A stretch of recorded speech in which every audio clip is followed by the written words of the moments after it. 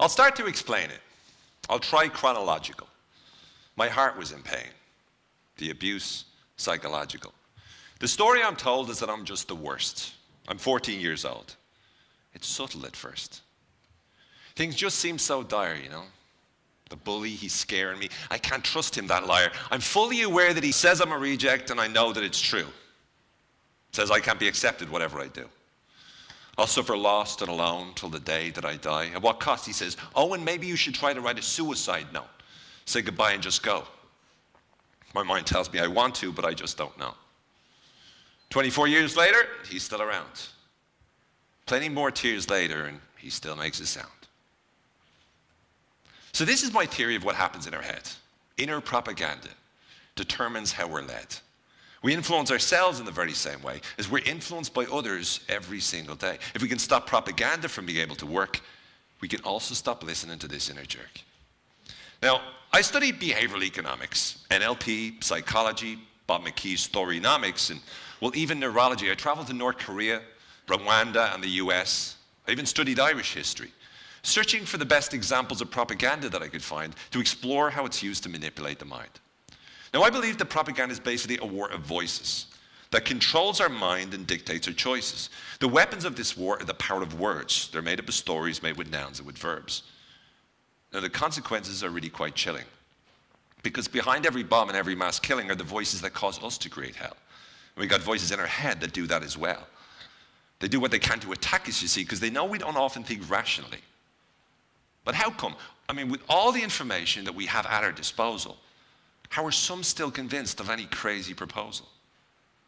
Well, this is how it works. The media put out the lies, social media comes along, and we polarize.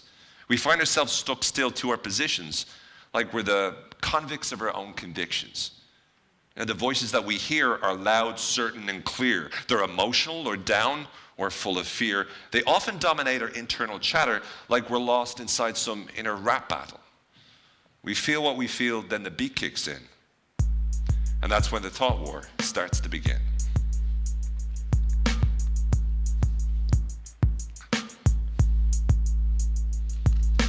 Let me introduce you. He's the narrator. I'm the good voice. To my right is the hater. Who are you talking about? Got a problem with me? You know you got a big mouth, but it's obviously because you're the odd one out. You're completely alone. Maybe his name's Owen because he's all on his own. Sorry, you're me too. Have you really forgotten? Pardon me, that's true, and I feel really rotten. Know why your relationships ain't been very healthy? Only time the girls like you is when they think that you're wealthy. You've nothing to show for part 2 of your life. You're not friends, not rich, not even a wife. But look at all the things that I have done. 6 books, 90 countries, I've had quite a run. Sad you want a medal, cause you can book a flight or put words together on a computer, right? But how many people have left you over the years? Girlfriends who left you, friends who leave you in tears. You know you aren't really hearing cause you cannot accept that after all of these years, you're just still a reject. I'm not just having a midlife crisis on stage. I do have an important point that I believe needs to be made. You see, you convince yourself of what you think is true via this inner battle that happens inside of you. Now, he compares you to others and he makes you feel bad. He makes you guilty or angry or fearful or sad. He lies about what to do, finds ways to affect you. But why is this true? How does he misdirect you? Well, let me explain how we make mistakes. Our brains are efficient. There are no second takes. We create shortcuts in how we process our lives. We jump to conclusions and we generalize. Now, confirmation bias, that means we just want to be right. Contradicting items, we delete them out of sight and we only hold on to what we think is true. Information from the world then becomes skewed. Now, biases affect us like our feelings do, and they bias and direct what we're seeing too. For example, if you're in a terrible mood, it's easy to be depressed, anxious, or rude. Now, we rely on certainty in being right. We survived because we knew when to run, hide, and fight. Our fears and negative emotions, they keep us alive. They make us better and stronger, and they help us to thrive. So we believe all is bad because our feelings dictate it. And we're trapped in these feelings even though we hate it. We sell ideas to ourselves, repeat speeches internally. We tell ourselves stories that are reaching us verbally. All this happens inside our head whenever we think. Reality's building as fast as we blink. When you're depressed, you don't think negatively. When you're depressed, you believe negatively. Now, propaganda determines who lives or who dies. We're tricked into believing its dangerous lies. How it persuades, well, it's no longer a mystery. I mean, we're all mental slaves on the wrong side of history. But at its worst, there are horrible examples of propaganda. My heart nearly burst when I went to Rwanda. The Memorial Museum showing what they went through. So many Tutsis killed in cold blood by Hutu. 1 million people murdered by machete. Gorgeous little children. I mean, these were just babies. I could not get the images out of my head of all those beautiful little children lying there, dead. 27 is the number of people worldwide that by the end of this speech will have already died after writing their letters goodbye. Suicide. They decide to lie down. Genocide of the mind. The key to combating this kind of war is by pushing back, asking questions that challenge them, going on the attack, refusing to accept it, choosing to reject it, making your voice loud in the way you project it. Explain how they're wrong, make your point strong, show why they're completely insane all along.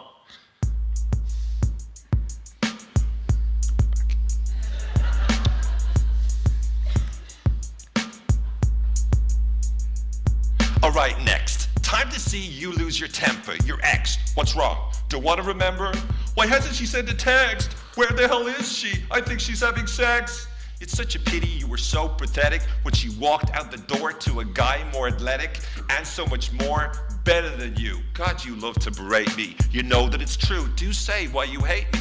You're weak, scared, too feminine. And what's with the rhyming? You're like Eminem without the skill, words, or timing. You're so insecure and yet you tell me you're not. Well, if you're so sure, maybe you forgot what I've done till now. How I've succeeded, I tried reasoning with you. I've begged and I've pleaded for you to stop. And just let me be, I protect you a lot. Why can't you see? You wear everyone out, they're all tired of you. I'm not easy, no doubt, but hey, I'm tired of you too. Well, tough. Someone has to stop you false hoping. How? By seeing lots of faults and just moping? Sadness is needed. Well, Jesus, I agree, but no need for me to be endlessly abused. Could you please quit going over the top? I refuse to put up with it. Could you now please stop? We don't like being wrong, so we justify. We think that's being strong, but it's just a lie. You see, our beliefs that things won't work out leads to sadness, hurt, pain, and self-doubt. When you say that you suffer, you don't have control. Now, when you say that you struggle, though it does take its toll in the story and words that you use and create, you do get a chance to first choose your fate. So this is my theory of what happens in our head. Inner propaganda determines how we're led. We win this kind of war by being stronger, so that their internal influence doesn't last any longer. We got to ask them questions, challenge what they say. How do you know that's true, and well, in what way? And the next time you find yourself feeling anxious or nervous, as Richard Bandler would say, start thinking on purpose. You see, you change your life more by the way you perceive it. If you create a new story and you start to believe it, not the victim or monster, be the hero, and you'll find a more useful meaning than the voice in your mind. No more begging, strong instead. The king is back and will reign. The Conor McGregor of your head. You back in charge of your brain.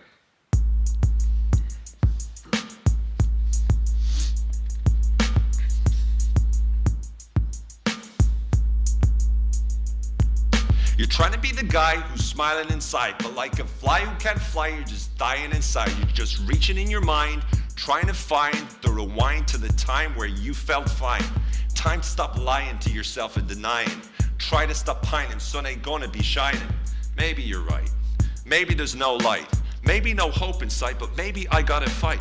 You will not determine what I feel or what I do. I will face this adversity and I will move on through. Ever get tired of trying to be a dictator? You know, I'm sick of your lies. You're a dick and a hater. Think you could just beat me? Yeah, this is my residence. You cannot defeat me. Fine, then give me the evidence. You're going to suffer. No, I'm struggling on. You're going to lose. No, I'm sorry, you're wrong. You see, I'll fight like a warrior. Standing in the arena, every punch you will throw, well, I've already seen it. Like Ireland, my homeland that fought to be free.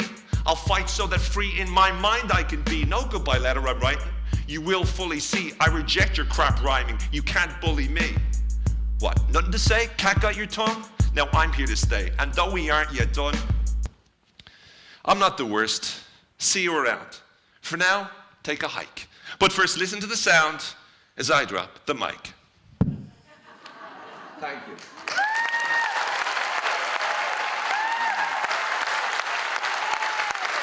you.